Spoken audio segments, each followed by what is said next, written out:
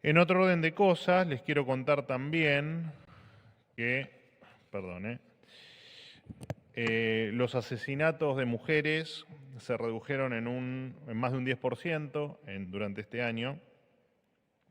Esto, por supuesto, es producto en parte del gran trabajo de la ministra Patricia Bullrich y del ministro Cunio Libarona.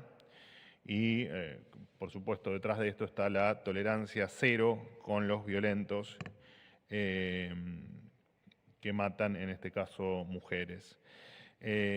Hace un año atrás funcionaba el, por suerte, extinto Ministerio de la Mujer, cuyo presupuesto actualizado a hoy serían unos aproximadamente 300.000 millones de pesos, unos 300 millones de dólares, redondeando números,